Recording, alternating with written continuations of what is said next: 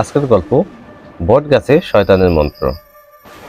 আমার নাম মোহাইমিন, বাড়ি মেহেরপুর জেলার পাশে ছোট্ট একটি গ্রাম ভাদুলপুর। গল্পটা আজ থেকে প্রায় 12 বছর আগে।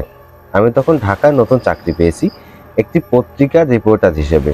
কিন্তু যেটা এখন লিখছি তার কারণ কিছু একটা ভুল আমি করেছিলাম, একটা ভুল অনুসন্ধান, একটা ভুল সিদ্ধান্ত আর একটা বটগাছ। বছরটা ছিল 2013 সাল। বর্ষার শুরু। গ্রামের মেঠোপথগুলো থকথকে কাদায় ভরে থাকে। আমি তখন সদ্য পত্রিকায় জয়েন করেছি। একদিন দুপুরে আমাদের অফিসের সিনিয়র রিপোর্টার সোনাউল্লাহ ভাই একটা পুরনো ক্লিপিংস আমার হাতে ধরিয়ে দিলেন। এইটা দেখো তো, ভাদুলপুরে বটগাছের নিচে আবারও মৃতদেহ। 2009 থেকে 2012 পর্যন্ত 7 জন লোকের লাশ পাওয়া গেছে ওই গাছটার নিচে।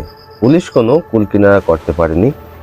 তুই গ্রামের ছেলে, একবার ঘুরে আয় তো জায়গাটা। আমি কাগজ হাতে নিয়ে চেয়ে থাকলাম কিছুক্ষণ। ভাদুলপুর, আমার নানা বাড়ি ওই গ্রামে, তবে অনেক ছোট থাকতে শেষে গিয়েছিলাম। এরপর থেকে আর যাওয়া হয়নি। পরের সপ্তাহে আমরা রওনা হলাম। সিএনজি থেকে নামতেই গ্রামের পরিচিত কাঁচা রাস্তা, পাশেই খালের শব্দ, সব মিলিয়ে যেন ফেলে আসা একটা জগৎ। ফিরে এলাম সন্ধ্যা ছই সময়। রাস্তার মোড়েই দেখা হয়ে গেল আব্বুর মামাতো ভাই সিদ্দিক চাচার সঙ্গে। মোহাইমিন নাকি, বড় হয়েছে খুব, ঢাকায় চাকরি করে শুনছি। আমি হেসে মাথা ঝাঁকালাম। একটু ভনিতা করে বললাম, একটা ছোট বিষয় নিয়ে এসেছি চাচা। ওই যে বট গাছের কথা শোনা যায় কিছু তথ্য। এই পর্যন্ত বলতেই সিদ্দিক চাচা থেমে গেলেন। মুখটা যেন কেমন একটা গম্ভীর হয়ে গেল। ওই গাছের নাম নিস্তা ওই গাছের নাম নিস্তা নিও না বাবা। এই গ্রামে যে কয়জন গেছে ওটার ধারে কাছে এই গ্রামে যে কয়জন গেছে ওটার ধারে কাছে কেউ ফিরে আসে নাই স্বাভাবিক অবস্থায়। আমার কৌতূহল আরো বেড়ে গেল। ওই রাতে আমি উঠলাম নানার পুরনো ভাঙা ঘরে। বড় খালাই এখন ওখানে থাকেন।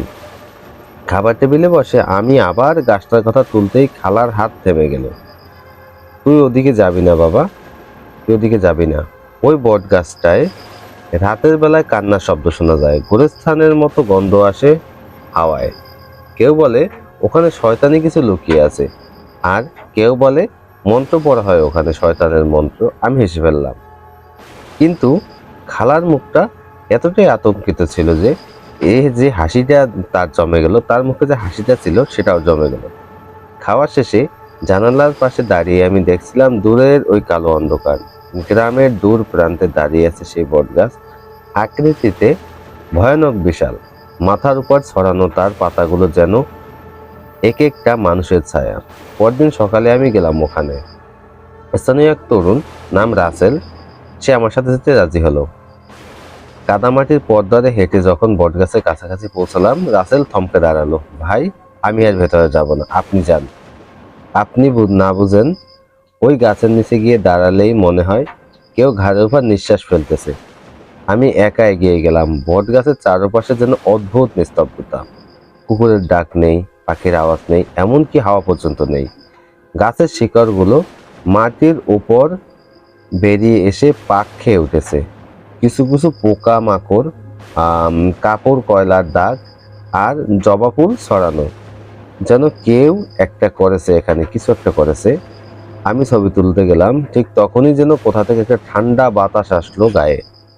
গাছের একদম নিচে একটা কাঠের বাক্স চোখে পড়ল, আধা খোলা।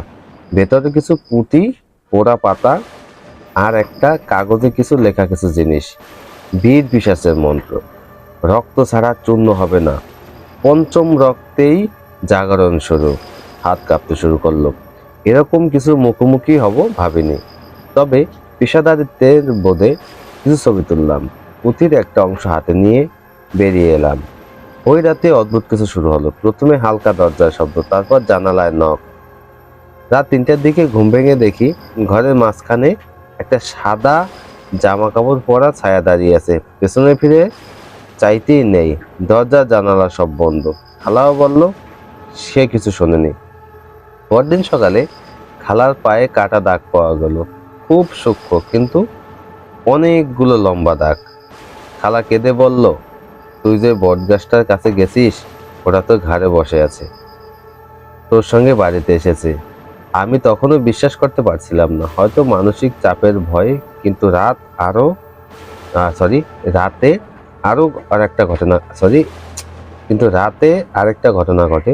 ঘুমের মাঝে হঠাৎ গলা বন্ধ হয়ে আসলো। আমার মনে হচ্ছিল কেউ বুকের উপর বসে আছে। চোখ মেলে দেখি ছাদের এক কোণে ঝুলে আছে সাদা জামা কাপড় পরা কেউ। হাত লম্বা, নখ বড়, চোখ দুটো জ্বলছে।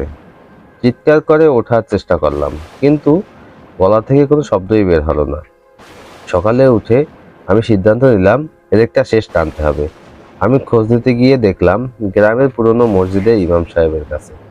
বৃদ্ধ ইমাম হুজুর চোখ বুজে বললেন, তুমি যে বাক্সটা খুলেছ ওটা কবরস্থ মন্ত্রের একটা অংশ।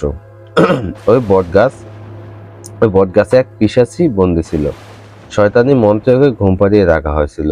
যারা ওই বাক্স খুলেছে তাদের রক্ত লাগবে ওর জাগরণে। আমি তখনই বুঝলাম ওই বাক্সের ভেতরে লেখাটা সত্যি ছিল। 7টা খুন, আমি হয়তো অষ্টম। ঘটনার পরের দিন সকালে ঘুম থেকে উঠেই বুঝতে পারলাম শরীরটা একেবারে স্বাভাবিক নেই। বুকটা অকারণে ধুকধুক করছিল, আর মাঝে মাঝে মনে হচ্ছিল কেউ যেন আমার ঘাড়ের উপর নিঃশ্বাস ফেলছে। আলোতে দাঁড়ালে মনে হচ্ছিল ছায়ার ভেতরে আটকে আছি। নাস্তা খেতে খেতে খালার চোখে মুখে দেখলাম এক অদ্ভুত দুশ্চিন্তা। কালকে রাতে দরজার বাইরে দাঁড়িয়ে তোরা কেউ ছিলি? আমি বিস্মিত হয়ে বললাম, না তো। কেন খালা?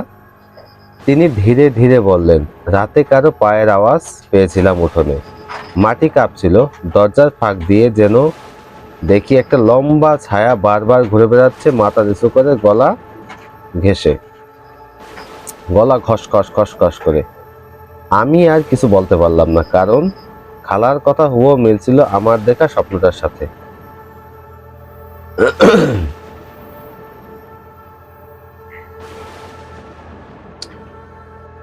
মাথা খারাপ হয়ে যাওয়ার উপক্রম হলো। আমি ঠিক করলাম আমি আবার বটগাছের কাছে যাব, কিন্তু একা নয়, গ্রামের একজন লোক, রহিম কাকা। তিনি নাকি এইসব বিষয়ে খানিকটা জানেন। তার সঙ্গে গেলাম।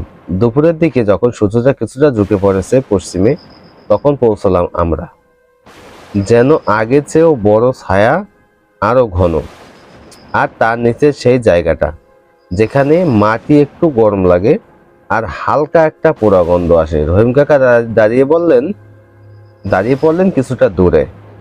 ওই জায়গায় কিছুটা চাপা আছে রে মুহাইমিন, কিছুটা লুকানো আছে মাটির নিচে।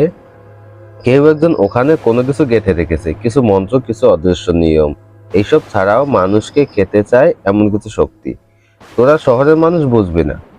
বটগাছের ছায়া পড়ে না বটগাছের যখন ছায়া পড়ে না, তখনও গাছ নয়, ওর ভিতরে কেউ থাকে। আমার হাত কাঁপছিল, বুকের ভেতর চিনচিন করছিল। হঠাৎ গাছের একপাশ থেকে হালকা একটা পো পো শব্দ আসলো। মনে হলো কেউ কাঁদছে। আবার মনে হলো দূরে কেউ হেঁটে যাচ্ছে। রহিম কাকা বললেন, চল এখান থেকে চলে যাই, সন্ধ্যা নামলেই আর বাঁচবি না। আমি আর কিছু বললাম না, ফিরে এলাম। ঘরে ফিরে আসতেই সন্ধ্যা। খালাও কিছু বলল না, শুধু চুপচাপ বসে রইল দরজার দিকে চেয়ে। ঘরটায় তখন একটা কেমন গুমোটে গন্ধ, পোড়া তেল আর পচা ধূপের মতো। রাতে আমি ঘুমোতে পারছিলাম না। জানালার বাইরে হালকা বাতাসে বাঁশপাতা দুলছিল, কিন্তু তার মাঝে একটা শব্দ, মিহি মিহি শব্দ এবং ধ্বংসাত্মক। ঘুমের মাঝে হঠাৎ বুকটা যেন কেউ চেপে ধরলো। চোখ মেলে দেখি ঘরের কোনায় বসে আছে সাদা জামা কাপড় পরা ছায়া।